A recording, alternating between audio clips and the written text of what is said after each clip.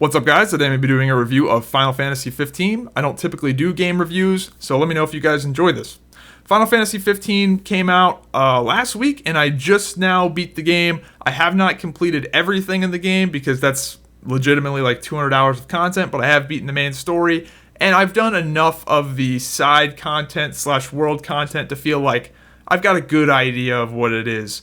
Yes, there's some hidden dungeons and some crazy extreme bosses I haven't beat yet, but I've got a good idea for what the game is.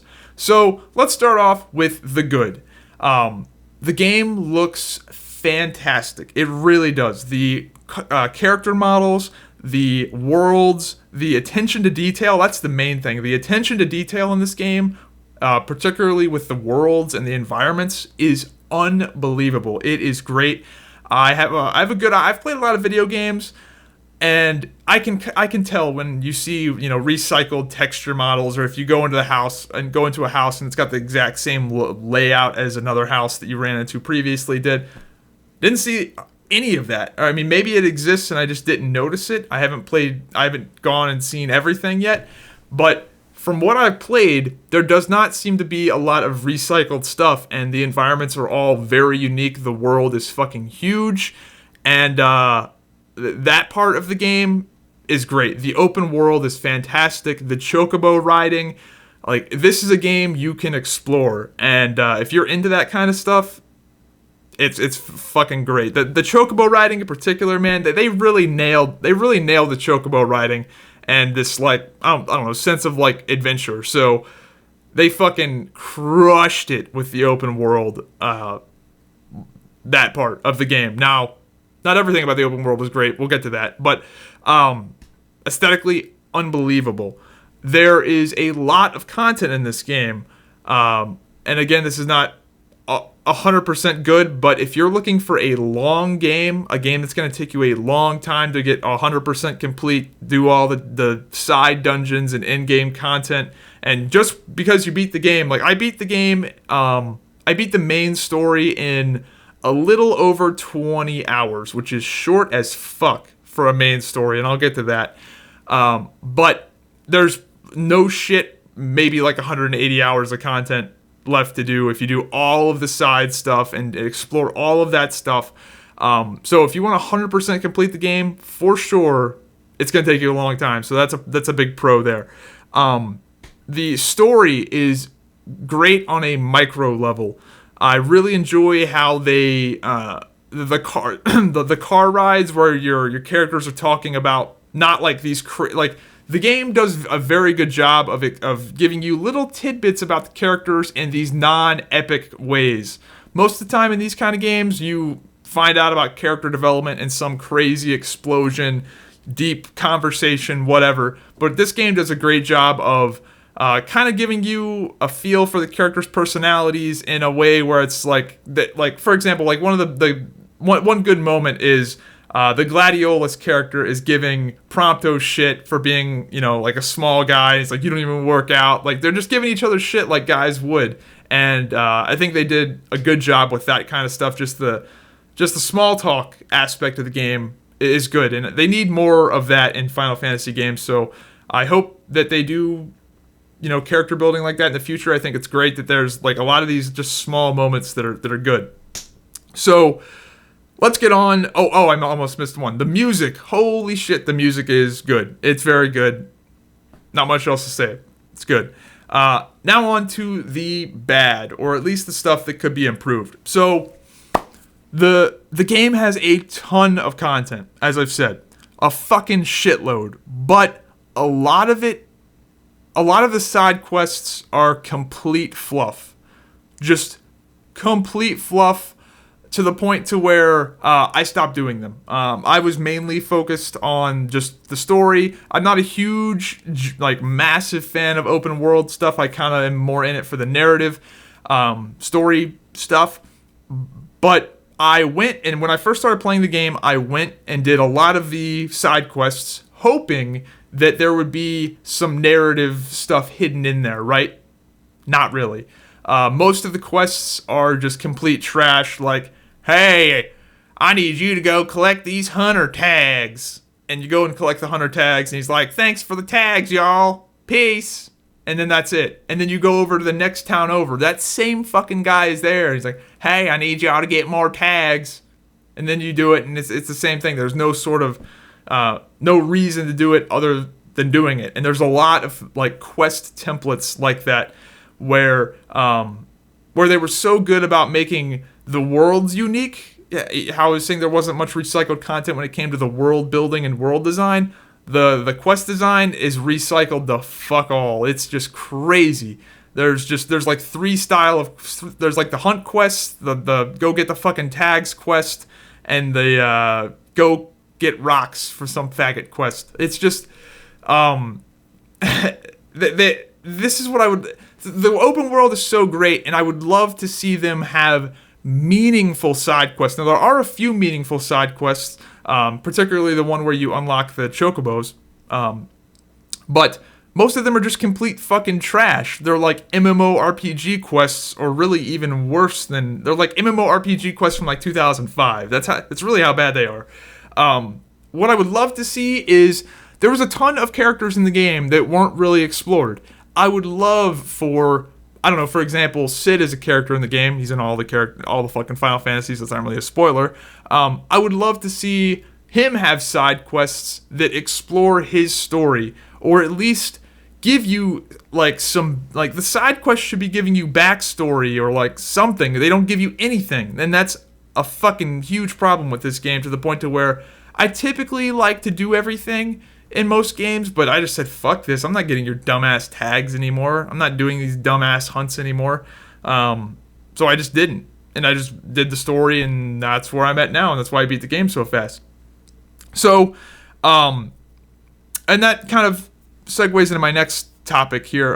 The difficulty level of this game is way all over the place. So, if you do all the side quests and you go and do everything, the game is just going to be a fucking breeze. And even if you don't, the game is going to be pretty easy a lot of the time. And sometimes the game just does weird shit that is really unexplainable. Now, this is forgivable for the open world content because you'll be riding around the open world and you'll be fighting creatures, and then all of a sudden you'll see this big badass fucking thing that you can't fight yet, and you just want to avoid him, right? That makes sense because you're in the open world, and they want to give you some like breadcrumbs, like, hey, come back later, you can fight this thing later, right? But even in the main story, you'll be fighting like these little demon fucks that you're basically one-shotting and just snoozing through the game, and then all of a sudden some like level 70 fucking thing pops out, and it doesn't kill you, you just run away from it, but you're just like, wow, what's the point? Like, why is this even a thing? Like, there's a lot of moments like that where it's just like, whoa, like, what's going on here? I guess I just run past this, and you do, and it's whatever, but it's weird. So I don't know what the deal was, what that was. Not a huge issue, but whatever. The game's story is very sparse for the first part of the game. You feel like nothing is really happening, or at least that's the feeling I got. And then the last 1/3 of the game, like the last third of it, it just goes fucking Super Saiyan light speed, and you're just like, whoa, what's going on here? In the story, you just go from like thing to thing to thing to thing to thing, and just everything happens really quick, and you're just like, what the hell? So the story is not paced very well at all. And there's, oh my god, dude, I can't not talk about this. I realize that every game has like most games have like a part that's a little lackluster, that's kind of annoying, but other reviews have hit on this. There is one particular chapter in this game, and anyone that's played this game to completion already knows what I'm talking about, but it is truly fucking horrible. It is a segment of the game that legitimately, like, I would have maybe given this game an 8.5 out of 10, but this level alone knocks it down 0.5 on the score. It's so fucking bad, and it is so long. It's one of those sequences in a game where you're like, surely this can't go on that long, right? Like surely, like. And it teases you. It fucking's like, it's like, oh, okay, going up this elevator. This shit's almost over. Can't wait. No, dude, it never ends. And mild spoiler, you lose your powers for a short period of time. And this segment of the game just fucking never ends. It's unreal. So, and it's at the end of towards the end of the game where things are like climaxing, like where the game is supposed to be like fucking crazy epic, and then you just do this shit, and it's just like I can't believe they even put it in the game. The game would be better if this didn't even exist at all. It's like somebody's retarded cousin at Square Enix developed this level, and they felt bad for him, so they put it in the fucking game. It really is that bad. Next up, the main story was short.